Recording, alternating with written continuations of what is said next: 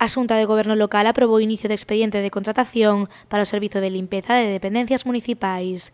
Neste contrato inclúense por primeira vez as instalacións deportivas e os centros socioculturais. O orzamento para os vindeiros 4 anos supera os 2,5 millóns de euros. Imos a unificar por primeira vez nun só contrato de limpeza todas as dependencias municipais, tanto as sedes onde traballamos como aqueles locais socioculturais e incluso institucións deportivas. A unificación, sen dúbida, o que vai a permitir é unha optimización do servizo e prestalo en millores condicións. Este contrato divídese en 2 lotes e as empresas poderán optar a un deles ou a ambos.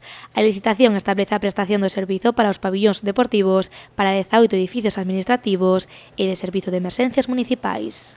É un contrato moi amplo, xa que abrangue máis de 50 dependencias, polo tanto, outro dato importante e outro dato que queremos resaltar é que o volume de traballadores que ten que cubrir este contrato vai a ser maior que o que estábamos empregando, o que supón pois tamén un dato significativo.